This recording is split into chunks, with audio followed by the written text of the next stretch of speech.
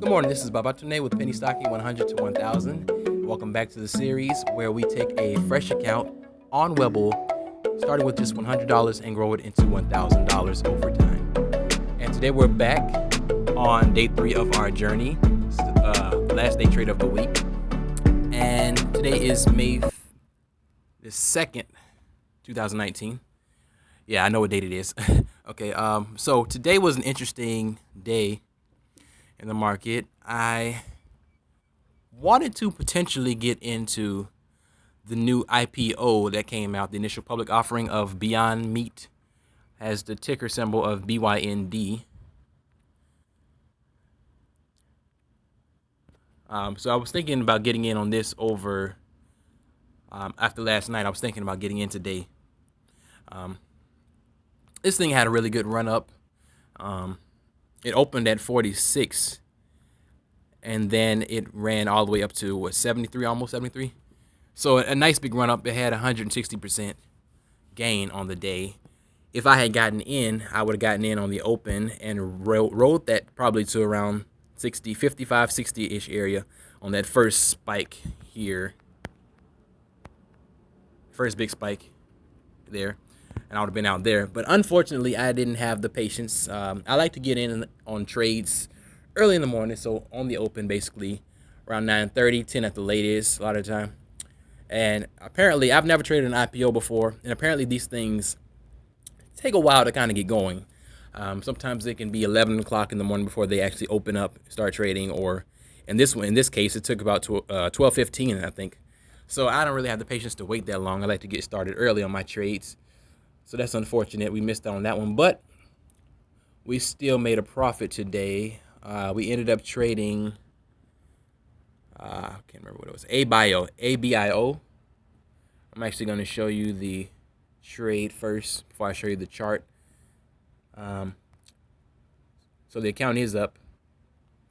You can see. Okay, this was the trade here. ABIO, we made $9.92.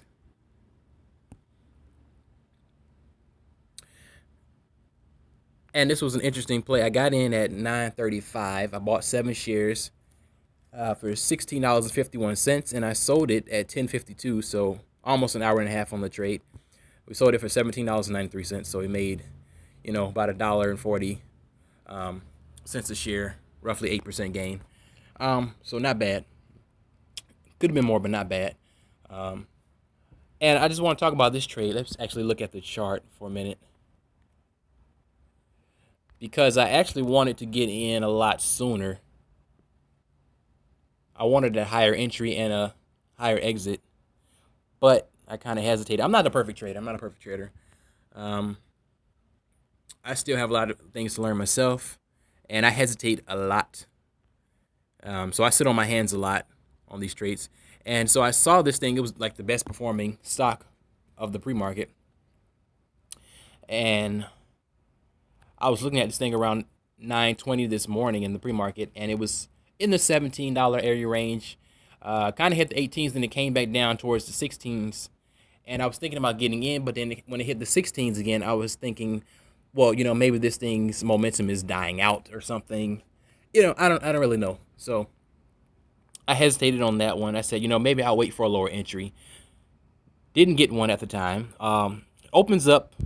It actually pushes up another $1 or $2, so I didn't want to get in at that point because it got to about 17 or 18. I thought maybe it would have been too late.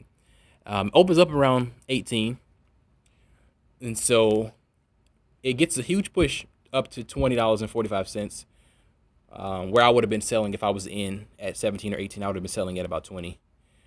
But unfortunately, I didn't get in then because I got a little hesitant. So I was waiting for the pullback after that first big spike. I was waiting for the pullback. We got one, but unfortunately, this thing continued down further, actually. Let me see if I can show you where this actually happened. In the time frame I got in, it's 9:35. So around here, in that little area right here, is where I got in. And it dropped more. Tried to push back up a little bit to the 17s. I got in at 1635. 16, I forgot what it was. 1651. I'm sorry, and it pushes up to around the 17 mark, 17 and a half, something like that. I was up about 5 or 6%, but apparently I didn't figure that was enough for me. I didn't, for some reason, I said that wasn't enough for me, so I didn't want to take that. I don't want to lock that in just yet. And so hits the 17, drops back down. Drops back down huge. Um, as you can see around the 10 o'clock area.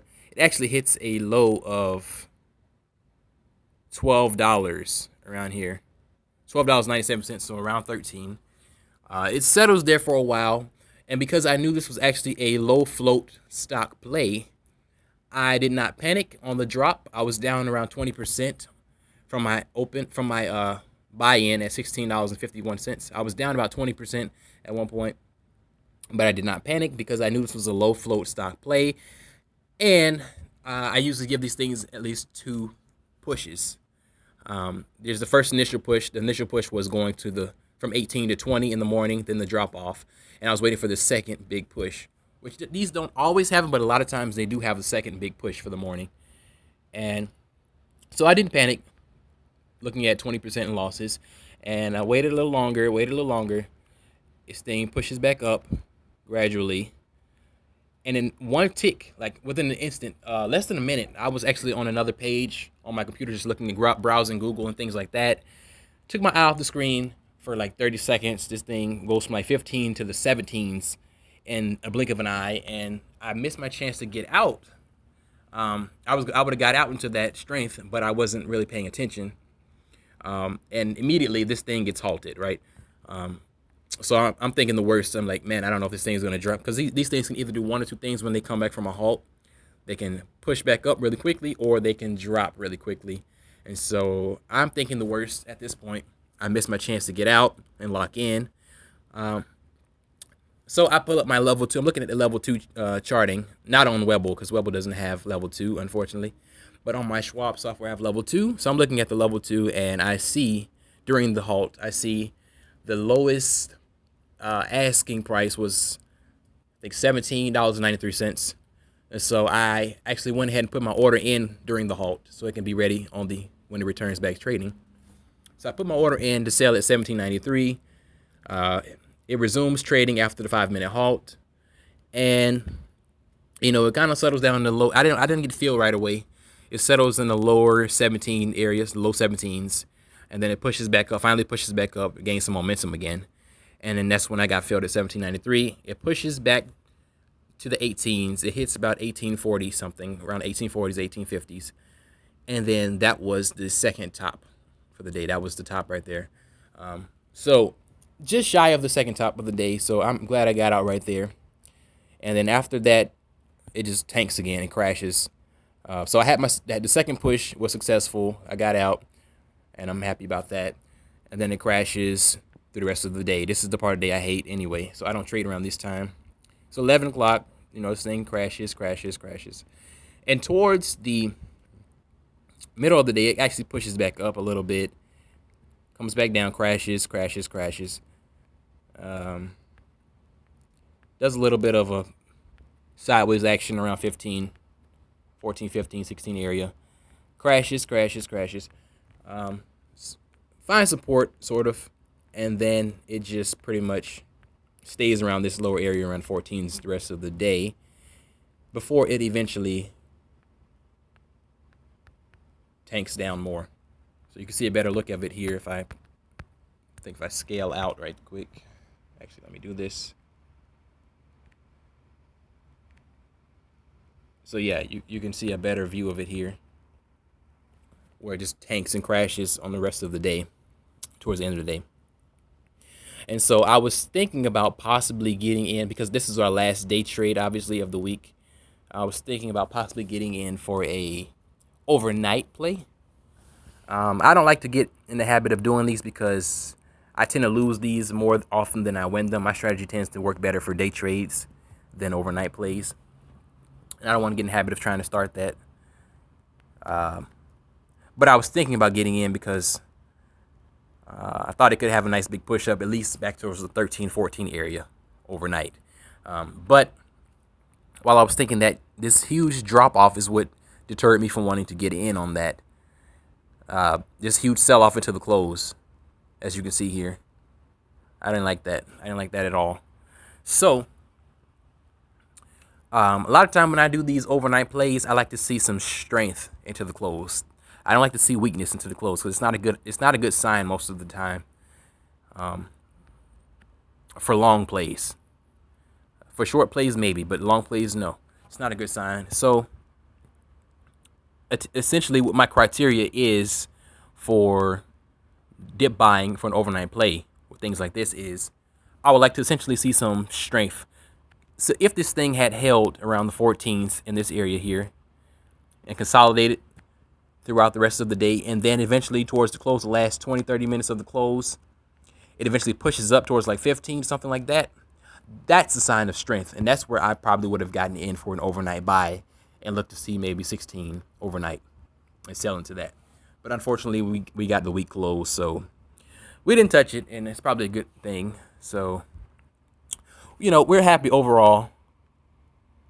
The account is up for the week. This is our first week. In the series, the account is up roughly 20%. So that is a good thing here.